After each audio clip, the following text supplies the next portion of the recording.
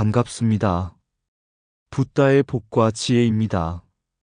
오늘 우리가 나누는 이야기는 단순한 전생의 교훈이 아니라 삶의 깊은 진리를 깨닫게 하는 소중한 가르침입니다. 부처님께서는 생명은 서로 연결되어 있으며 우리의 행동 하나하나가 미래의 모습과 인연을 결정한다고 하셨습니다. 사리불 존자와 균제 사미의 이야기는 그 업의 인과를 분명히 보여줍니다. 모든 생명은 존중받아야 하며 우리는 결코 타인의 아픔을 가볍게 여겨서는 안 됩니다. 지금 우리 앞에 있는 생명체가 과거 우리의 부모나 스승이었을 수도 있습니다. 생명을 사랑하고 연민의 마음으로 모든 존재를 대할 때 우리는 진정한 불자의 길을 걸을 수 있습니다. 부처님의 가르침을 되새기며 오늘도 마음 깊이 자비와 지혜를 실천하는 하루가 되시기를 바랍니다. 자, 그럼 노비구를 깔보고 조롱한 과보로 다음 생에 개의 몸을 받았다. 그 여정을 함께 해볼요? 어느 날 부처님께서 기원정사에 계실 때였습니다. 한 제자가 마을에서 돌아오며 길에서 다친 새 한 마리를 데리고 왔습니다. 그 새는 사람들이 던진 돌에 맞아 날개가 부러져 있었습니다. 제자는 부처님께 물었습니다.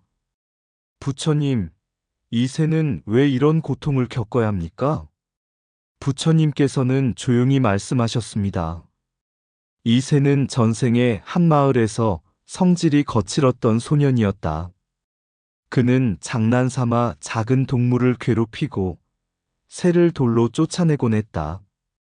그 업의 결과로 오늘날 이 새로 태어나 이런 고통을 받게 된 것이다. 제자는 놀라서 다시 물었습니다. 그렇다면 이 새에게 자비를 베풀면 그 업을 씻어낼 수 있을까요? 부처님께서는 고개를 끄덕이며 말씀하셨습니다. 자비로운 행동은 새로운 선한 인연을 만들고 과거의 악업을 덮을 수 있다. 이 새에게 연민을 베풀고 돌보아라. 그러면 이 새도 더 나은 다음 생을 맞이하게 될 것이다. 제자는 새를 정성껏 보살피고 치료해 주었습니다. 얼마 후 새는 건강을 되찾고 다시 날 수 있게 되었습니다. 부처님께서는 이를 보시고 미소 지으며 말씀하셨습니다. 모든 생명은 그 자체로 소중하다. 오늘 네가 이 새에게 베푼 자비가 언젠가 너에게 큰 축복으로 돌아올 것이다. 어느 날 사리불 존자는 깊은 산매에 들어 세상을 둘러보고 있었습니다. 그 순간 그는 먼 길을 가던 장사꾼들이 고기를 훔쳐먹었다고 생각해 개를 때리고 버리는 장면을 보았습니다. 그 개는 다리가 부러져 들판에 쓰러져 있었고 죽음의 문턱에 있었습니다. 사리불 존자는 즉시 개를 구하기 위해 다가가 공양을 빌어 그 개에게 먹였습니다.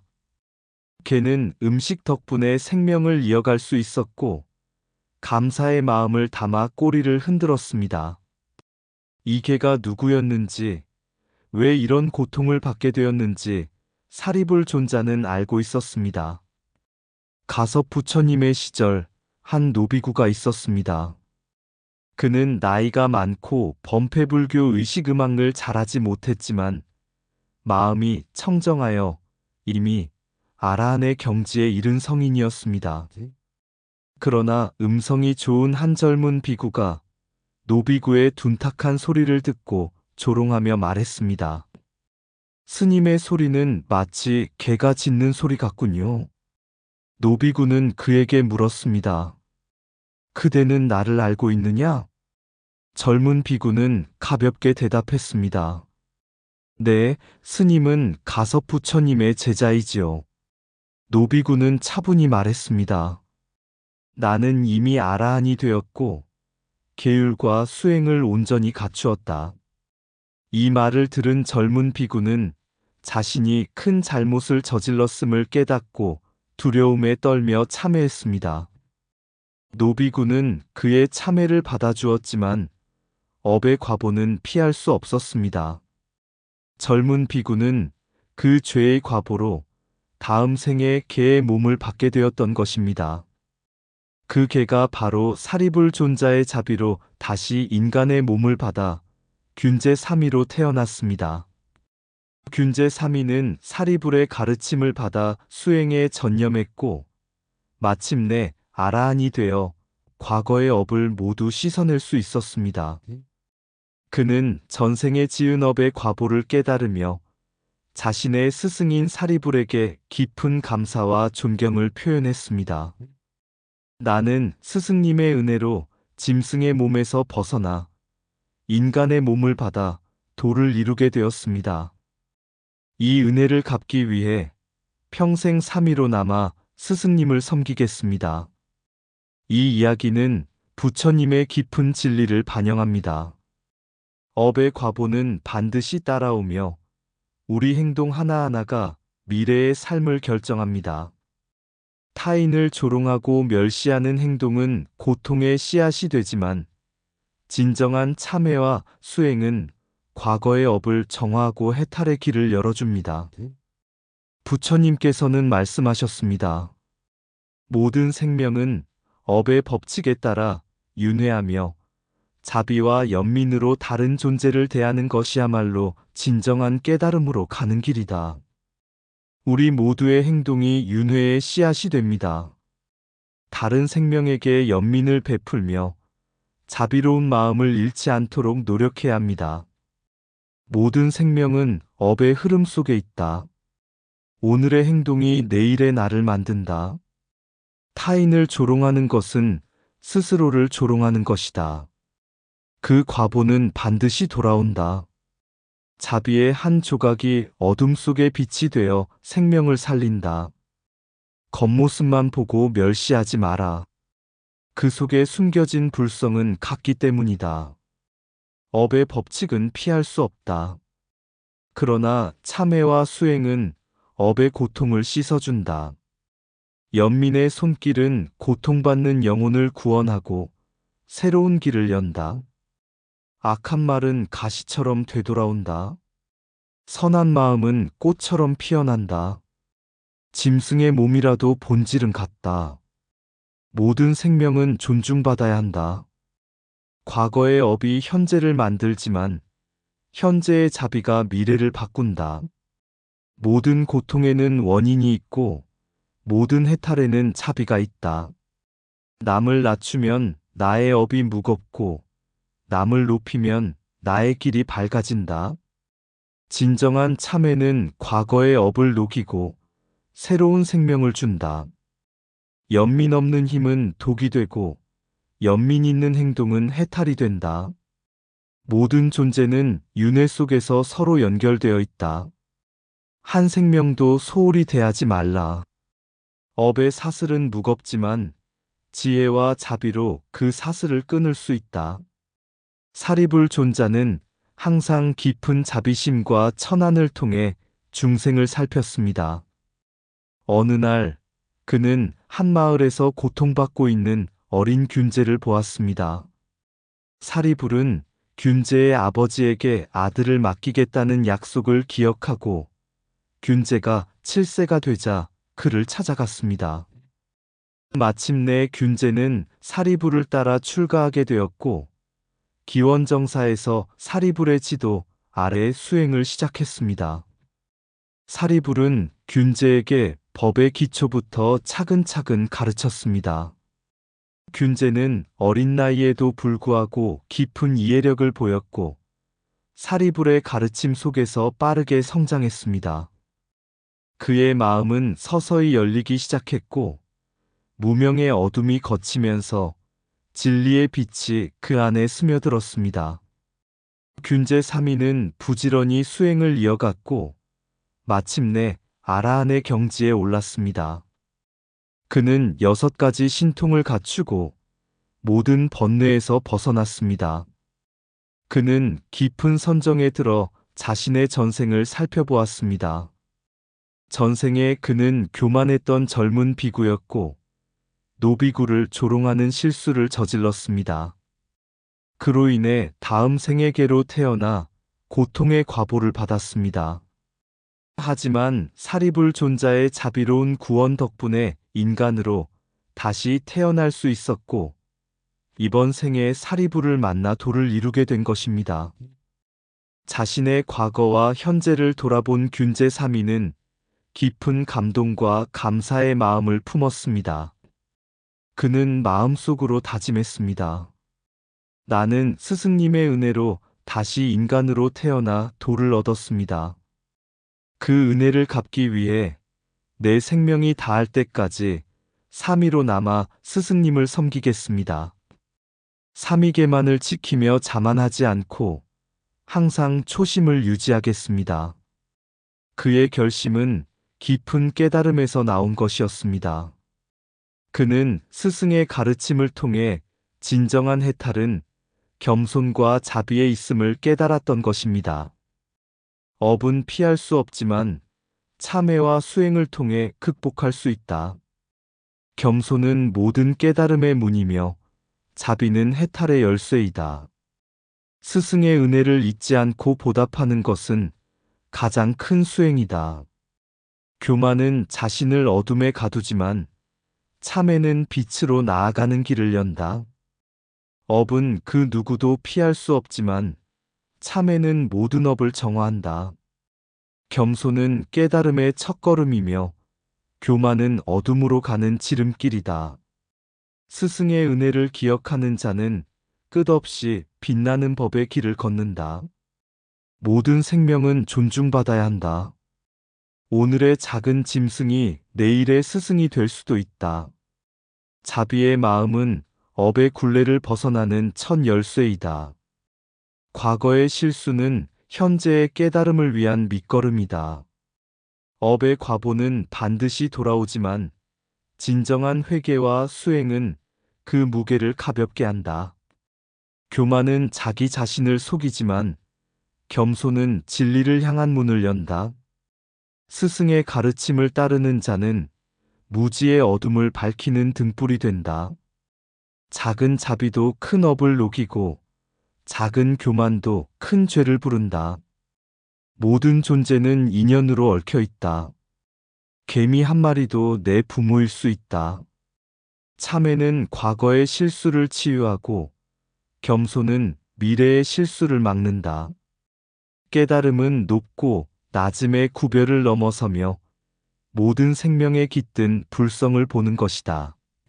사미로 남는 마음은 초심을 잃지 않겠다는 다짐이다. 겸손이 곧 도이다. 사리불의 자비 한 조각이 균제 사미를 아라한으로 만들었듯 작은 선행도 큰 변화를 가져온다. 부처님께서는 모든 생명은 그 스스로 업을 짓고 그에 따른 과보를 받는다고 말씀하셨습니다. 작은 벌레부터 큰 동물, 사람에 이르기까지 모두가 업을 짓고 인과의 법칙에 따라 윤회합니다. 누군가를 멸시하거나 해치는 것은 자신에게 그 과보가 돌아오는 씨앗을 심는 것입니다. 사리불 존자가 굶주린 개에게 베푼 자비는 단순히 동물 한 마리를 구한 것이 아니라 그 동물이 다시 인간으로 태어나 깨달음을 얻을 인연을 만든 것입니다. 남을 함부로 해치지 마라. 그 누구도 고통받기 위해 태어나지 않았다. 오늘날 사찰 주변이나 시골에서 유기된 동물들은 인간의 무책임과 자비 부족의 결과입니다. 그러나 부처님은 항상 모든 생명을 동등하게 대하라고 가르치셨습니다. 사리불이 유기된 개에게 자비를 베풀었던 것처럼 우리 또한 유기동물을 외면하지 말고 그들에게 연민을 가져야 합니다. 작은 행동이 큰 변화를 가져오며 그들의 고통을 덜어주는 것은 우리의 업장을 소멸시키고 미래의 복을 짓는 길입니다. 작은 생명도 존귀하다. 그것을 아는 자가 진정한 깨달음의 길에 들어선다. 부처님께서는 무량겁의 윤회 속에서 만난 모든 생명은 한때 나의 부모, 형제, 자녀였다고 말씀하셨습니다. 우리가 무심코 해치는 벌레나 두려워서 죽이는 뱀조차 과거 생에 우리의 부모였을 수도 있습니다. 그러므로 모든 생명에게 연민을 베풀고 사랑으로 대하는 것이 바로 진정한 불교의 길입니다. 사리불 존자가 개를 구한 이야기는 우리에게 깊은 깨달음을 줍니다. 그 개가 다시 인간으로 태어나 균제삼이가 되었듯 모든 생명은 소중하며 업에 따라 변합니다. 오늘 우리가 짓는 자비가 미래에 우리 자신을 구할 것입니다. 연민은 모든 생명을 연결하는 힘이며 깨달음의 가장 큰 열쇠이다. 업과 인과는 피할 수 없으므로 모든 생명에 자비를 베풀어야 한다. 현대의 유기동물 문제는 우리의 자비심을 시험하는 거울이다.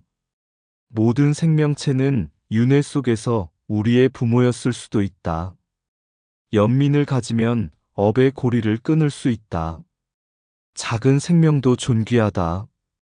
그 가치를 아는 자가 진정한 깨달음에 이른다. 모든 생명은 한때 나의 부모였음을 기억하라. 그 연민이 곧 해탈의 길이다. 연민 없는 자비는 허공에 떠도는 바람과 같다. 모든 생명에게 자비를 베풀라. 남을 해치는 것은 자신을 해치는 것과 같다. 인과의 법칙은 결코 어기지 않는다. 작은 행동 하나가 업을 바꾸고 한 생명을 살릴 수 있다. 윤회의 바퀴에서 모든 생명은 서로 연결되어 있다. 그대의 적도 언젠가 그대의 사랑하는 이였을 것이다. 모든 생명은 고통을 피하려 하고 행복을 추구한다. 그 마음을 이해하면 연민이 싹튼다. 작은 벌레도 지나가는 뱀도 무심코 밟지 말라. 그 또한 소중한 생명의 일부이다. 자비를 베풀 때 가장 큰 공덕이 쌓이고 업의 고리가 끊어진다. 오늘 내가 심은 자비의 씨앗은 미래의 나를 구원할 열매가 된다. 업의 과보는 반드시 돌아온다. 작은 생명에게도 해를 끼치지 말라. 연민은 모든 존재의 고통을 덜어주며 깨달음으로 이끄는 첫걸음이다. 눈에 보이지 않는 작은 생명도 소중히 여기는 마음이 바로 불법의 핵심이다. 윤회의 바다에서 모든 생명은 서로의 빛과 은혜로 얽혀 있다. 그 인연을 끊는 것은 오직 자비뿐이다. 한 생명을 살리는 일은 그 어떤 공덕보다 크며 부처의 마음에 다가가는 길이다. 어느 날 부처님께서 제자들과 함께 길을 가시던 중 한 마리의 상처 입은 비둘기를 보셨다. 비둘기는 날개를 다쳐 땅에 떨어져 있었고 몇몇 사람들이 무심코 지나치고 있었다. 부처님은 걸음을 멈추고 상처난 비둘기를 조심스럽게 품에 안으셨다. 그리고 부드럽게 그 상처를 닦아주시며 말씀하셨다. 이 작은 비둘기에게도 무한한 고통과 두려움이 있다. 모든 생명은 고통을 느끼며 행복을 바란다. 이 비둘기도 과거의 인간이었을 수도 있고 나의 가족이었을 수도 있다. 제자들이 그 말을 듣고 깨달음을 얻었다.